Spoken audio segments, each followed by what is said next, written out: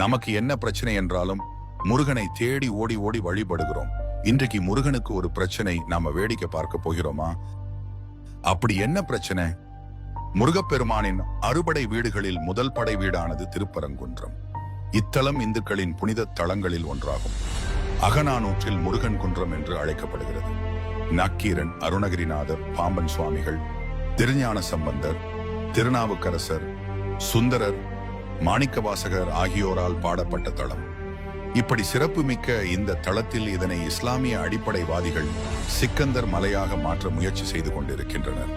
திருப்பரங்குன்றம் மலை யாருக்கு சொந்தம் என்ற பிரச்சனை வந்த பொழுது அது திருப்பரங்குன்றம் முருகன் கோவிலுக்கு சொந்தம் என நீதிமன்றம் தீர்ப்பு இருந்து வருகிறது. அதன் அடிப்படையில் காலம் காலமாக மலை மேல் உள்ள தீபத்தூணில் கார்த்திகை தீபம் ஏற்றப்பட்டு வந்தது.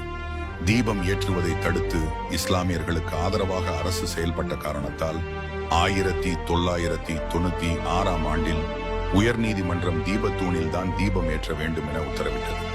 இதன் பின்னரும் இந்து சமய அறநிலையத்துறை தீபத்தூணில் தீபம் ஏற்றாமல் மோட்ச தீபம் ஏற்றும் இடத்தில் தீபம் ஏற்றி வருகின்றது. இதனை கண்டித்து இந்து முன்னணி இந்துக்களுடன் இணைந்து பலவிதமான போராட்டங்களை நடத்தி வந்தது. திருப்பரங்குன்றம் மலை உச்சியில் உள்ள தீபத்தூணில் தீபம் ஏற்ற வேண்டும் என்று போராடி மக்களுக்கு விழிப்புணர்வு ஊட்டிய ஒரே காரணத்திற்காக இந்து முன்னணி பேரியக்கத்தின் 2வது மாநில தலைவர் ராஜகோபாலனை வெட்டி கொன்றனர்.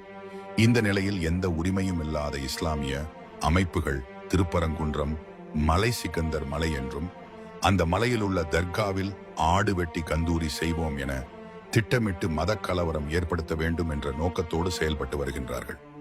நமக்கு எந்த பிரச்சனை என்றாலும் கூட்டமாக முருகனை தேடி ஓடுகிறோமே, முருகன் வீட்டு பிரச்சனையை நாம் வேடிக்கை பார்த்து சுயநலமாக நிற்கப் போகிறோமா?